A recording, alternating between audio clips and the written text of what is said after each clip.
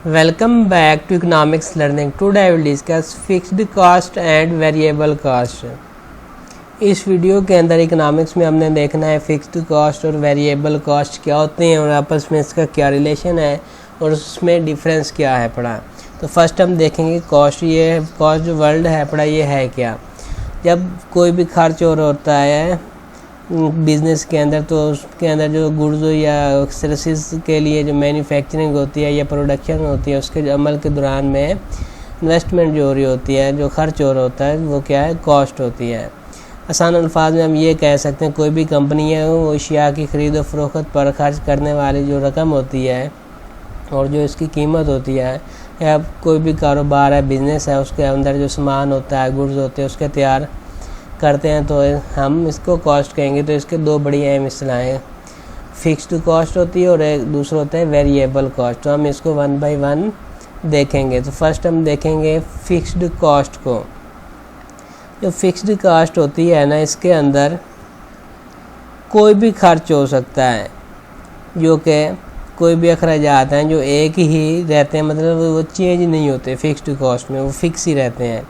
इससे कोई फ़र्क नहीं पड़ता कि कंपनी कितनी ही पैदावार करती है या कोई भी इसमें कम होती है पैदावार या ज़्यादा होती है। या अखराजात आमतौर पर कंपनी के जो मखसूस कारोबारी सरगर्मी होती हैं उससे आज़ाद हैं या नहीं है पड़े, और इन पर किराया या प्रॉपर्टी टैक्स या इंश्योरेंस या फरसूदगी जैसी जो चीज़ें शामिल होती हैं वो क्या है, फिक्स्ड कॉस्ट होती हैं।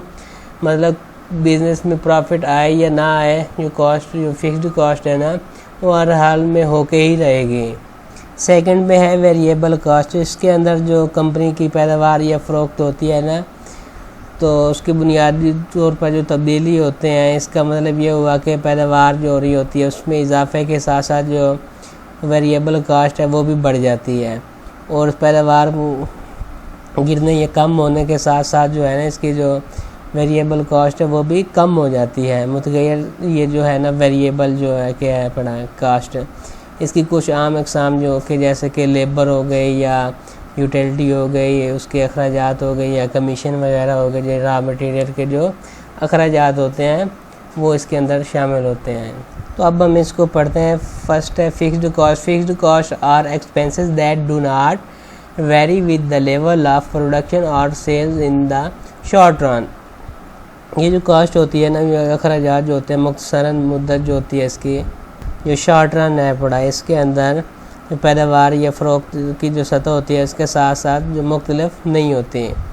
जो पैदावार है पड़ी इसकी जो मिकदार से कता नज़र जो ये है ना अखराजात मुस्तकिल रहते हैं। दीज कॉस्ट रिमेन कॉन्स्टेंट ये रहते हैं जो कि कॉस्ट है पड़े regardless of the quantity of output produce, जो कि आउटपुट जो प्रोड्यूस हो रही होती है। मुकर्रर जो अखराजात की मिसालों में जैसे कि एग्जांपल ऑफ फिक्स्ड कॉस्ट के इंक्लूड किया रेंट हो गया, मतलब रेंट जो है अपना ना हर हाल में अदा करना ही पड़ता है, जिससे उन्होंने रेंट पे चीज़ किराए पे ली हुई होगी। जैसे कि मकान हो गया, उसके लिए जो बिल्डिंग उन्होंने बनाई होगी कंपनी ने रेंट पे ली होगी, या कुछ भी उन्होंने रेंट पे ली होगी, तो उसकी जो कॉस्ट होगी वो हर हाल में पे करना पड़ेगी। बिज़नेस अप डाउन होने से वो चेंज नहीं होगा, रेंट वो भरना ही पड़ेगा। जैसे सैलरीज़ हो गई, जो लेबर उन्होंने लगाई हुई है काम पे उनको सैलरीज़ देनी है, जो कि परमानेंट एम्प्लॉय जो कि उसके अंदर काम कर रहे होते हैं।